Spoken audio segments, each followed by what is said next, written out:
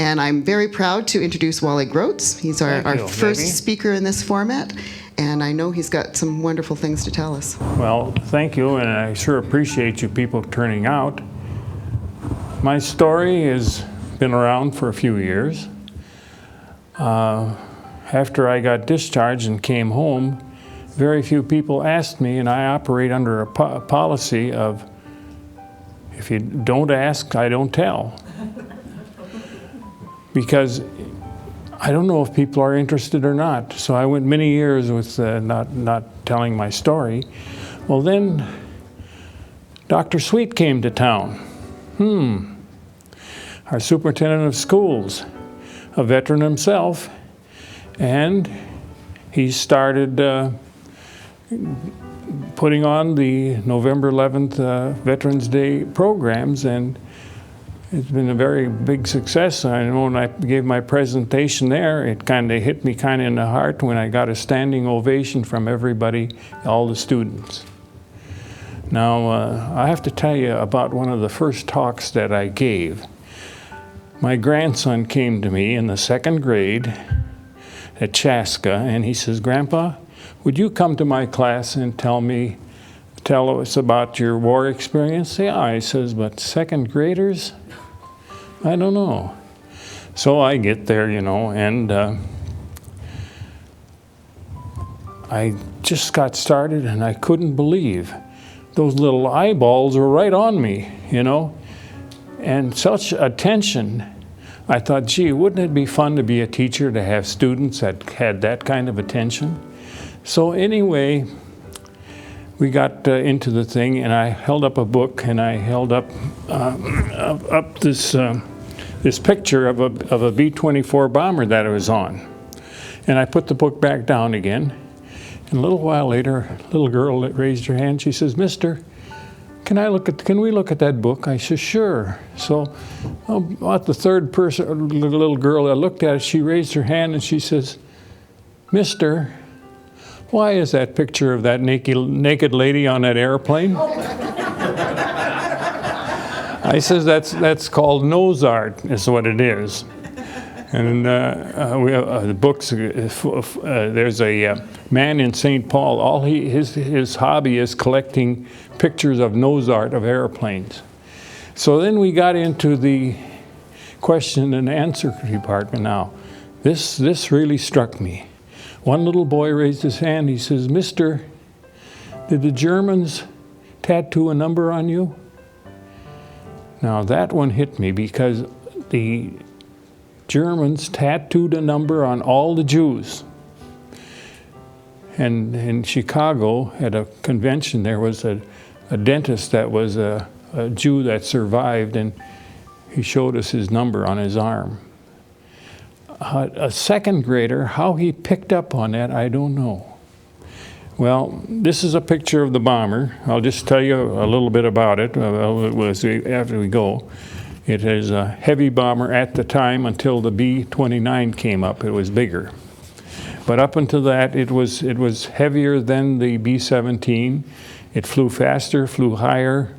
It's credited for sinking 23 submarines, is what it is. There were 18,000 built, and out of the 18,000, I think there's 6 left, only 1 flying. The cost at the time was $110,000. When Henry Ford came and said, "I can build one of those and put it out of production, and one every hour." But he lowered the cost from $110,000 to $90,000. These bombers were available for sale after World War II for $13,000. You could buy them, and some of the private people did buy them, is what they did. But it had 4 engines, 4 Pratt & Whitney, 1830 was the model number of them. 12 horsepower apiece is what they were. And we'll probably get some more into that. Okay, in February 10th, 1943, I had my 18th birthday. Before February was over, I got my greetings from the president. "You have been selected." I graduated from Delano High School. 7 days later, I was in the United States Army. I went to Fort Snelling, and I got sent to the Army Air Corps. Now, people always say the Army Air Force. There was no Army Air Force until after World War II. Then it became a force.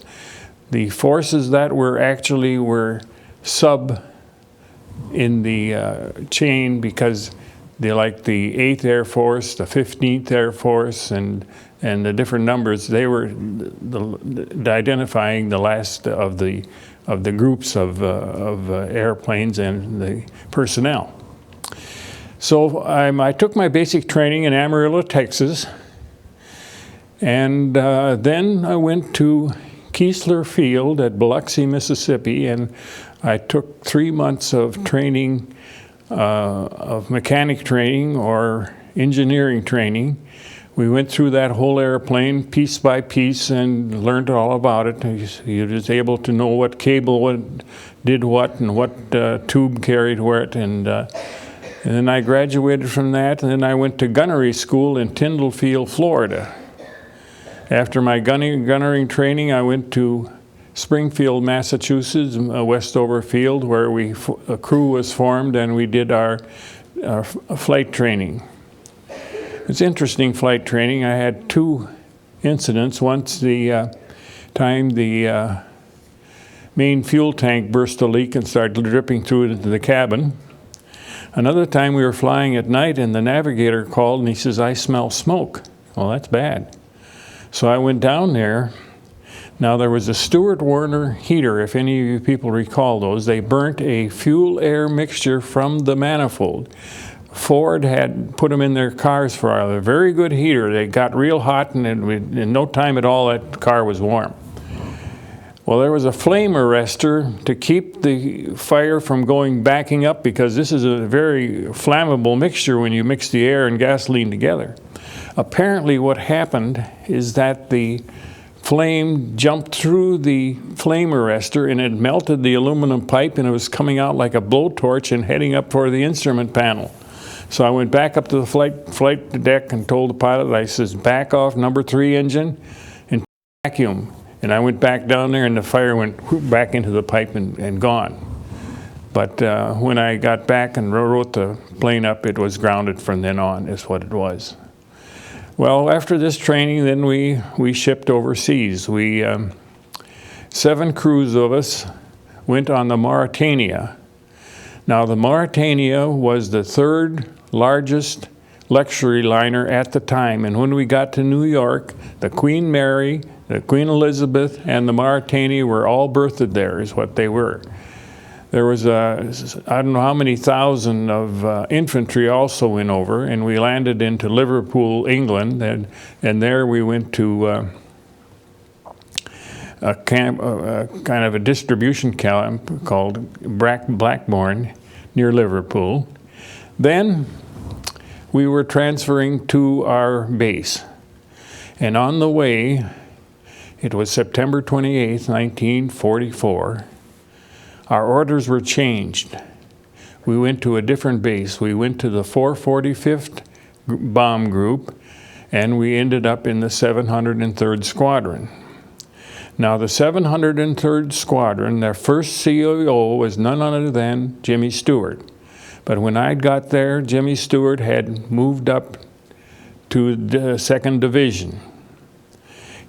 People have still tell me that the reason he got where he was is because he was a movie star. Well, I says, first of all, he volunteered.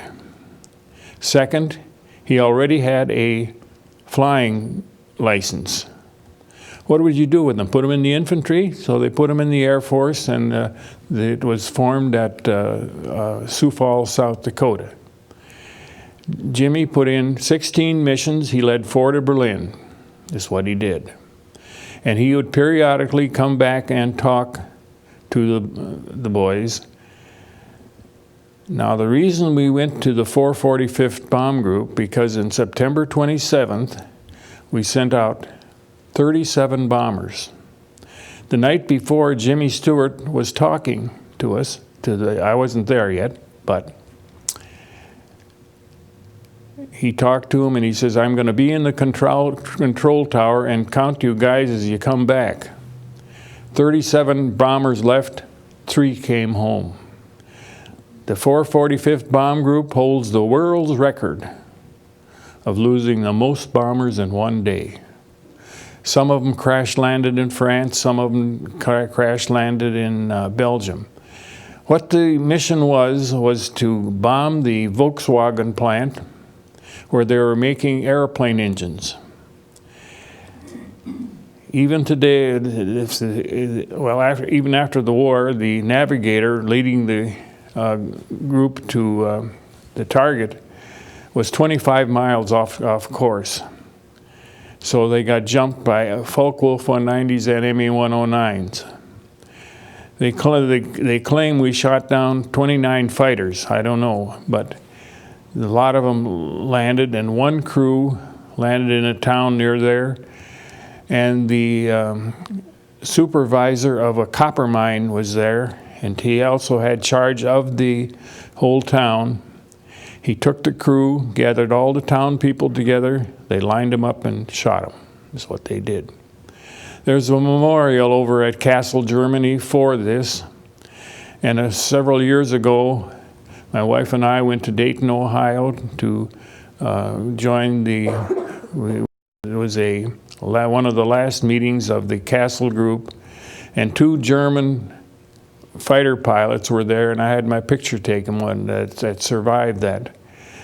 There were so many planes falling out of the sky that the German people thought that Germany had a new weapon to knock down airplanes. Well, so anyway, we replaced that crew. It was like coming into a ghost town. There was nobody hardly left anywhere in this air base.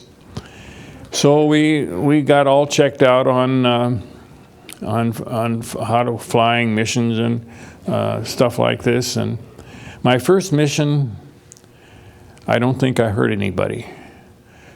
We had a bomb load of counterfeit money and ration books. Bore 4 great big long cylinders, and we dropped them, and as they get down a few thousand feet, they would bust open and they'd spread this stuff all over.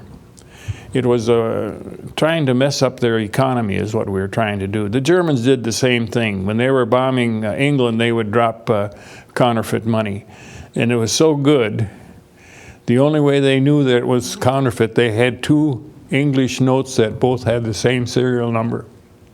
And it's been on TV that they had so much of this English money, when the war was ending, they dumped it into a lake in Switzerland, near Switzerland. And they finally dove down there and they brought it up, and it was still in good condition. So, you know, they did a good job of counterfeiting. They also counterfeited American money too, is what they did, because after the war they found truckloads of $20 bills. All they said about them was perfect, is what they were. So that was my first mission. The next one, we bombed Cologne, and finally on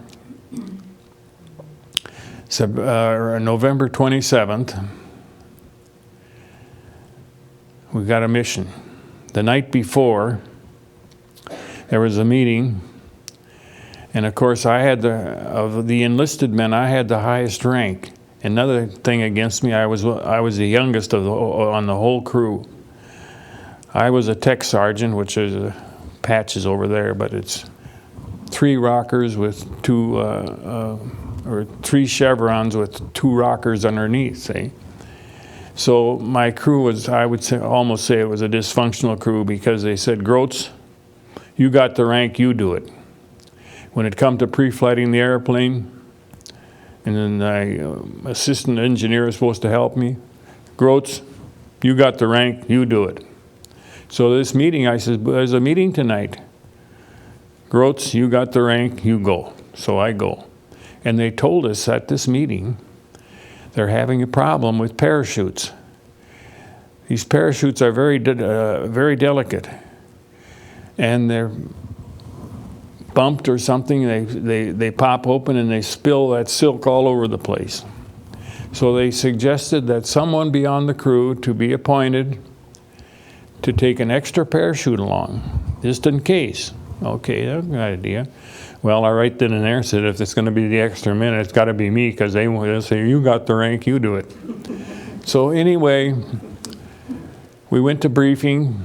The night before also, Jimmy Stewart came back to talk, and he talked in front of us and hands in the pockets like all the time. And he says, tomorrow I'm going to be in the control tower and I'm going to count you as come back. And he says, I don't want to see happen what happened last time I was here, when the only 3 came home. He briefed us on this mission.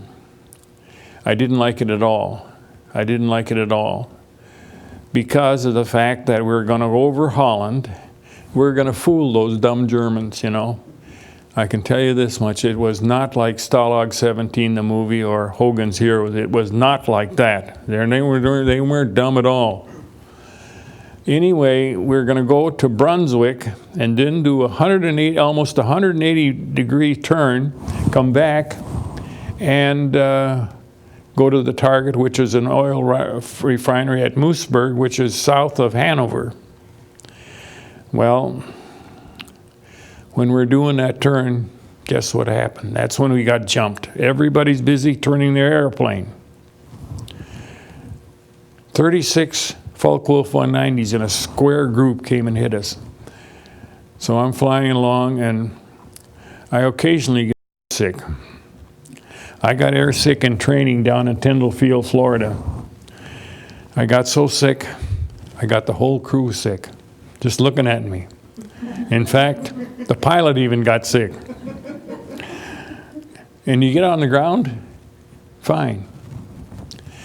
We come over Holland and into Germany. It had snowed the night before, and there was snow and black patches of the new plowed ground. It's just boom, boom, boom, boom. All of a sudden it came over. Fighters, 11 o'clock high. I was over that just like that. It's all in your mind is what it is. But it can be serious. It can be serious. So anyway, the first wave came through. I heard, whoosh. I called on the interphone. I says, check your oxygen. We got hit by one of the oxygen systems. It happened to be the pilot, so he grabbed the extra engineer's hose, which I was in back now, and at the waist gun. Anyway, then it's just like you were in a tin building and somebody took a handful of rocks and threw at it. That's what it sounded like. The other waist gunner tapped me and looked out. Smoke's coming out of the right wing, coming out of number 2 engine. So I called on the intercom, and that was dead. I called and called. I said, at least hit the fire extinguisher. I don't know where it is. Well, what happened was there's dihedral in the wing, which is the slant of the wing. That's called dihedral. And our main supplied engines to the gasoline to the engines is in the leading edge of the wing. And this is where they severed one of those gas lines, and the pumps are still on. It pumped it, and then there's tracer bullets come through too. It started fire. It ran down into the bomb bay, and all of a sudden the whole place is full of smoke. I kept calling and I couldn't get through. The tail gunner came out, won't know what's going on. I couldn't get through, then the bailout bell rang. I opened up the rear hatch and I went out. After we had got together on the ground, nobody else heard that bailout bell. So I got on the ground, I said, did I really hear it or not? Even today, the nose turret gunner, who is in the only one that's still living besides myself, in Lancaster, Wisconsin, he says, I never heard the bailout bell. He says, I kept right on until I ran out of ammunition, and then the whole place got awful hot. So he says, I got out of my turret, and he said the bombardier was gone and the nose wheel door was gone. So I talked to the bombardier afterwards, and he says, when I pulled the pins out of the hinges, the doors didn't fall off, so I jumped on them, and the doors and I both went down together, we bailed out. So anyway, I tried to delay my jump, because we're going maybe 250 miles an hour forward. If you pulled right away, that could give you an awful jolt. So you kind of wait until you get slowed down. Now, the other waist gunner and the tail gunner, they didn't hook their leg straps. They had the chest strap on only because it was uncomfortable to walk with the straps on around your legs. So the tail gunner is sitting by the hatch trying to get him hooked up, and the other waist gunner kicked him out. So he comes down without leg straps. The waist gunner goes out, forgets about it without leg straps. So anyway, I delay my jump, and I pulled the ripcord. I wanted to hold on the handle, but I think I threw it away to rush. I pulled it out so hard. But anyway, a little pilot chute first jumped out, about that big around, little tiny chute. That pulls the main canopy out. And the thing hit the air. All of a sudden it blossomed like a huge umbrella. And the parachute ride down was a beautiful experience. It was.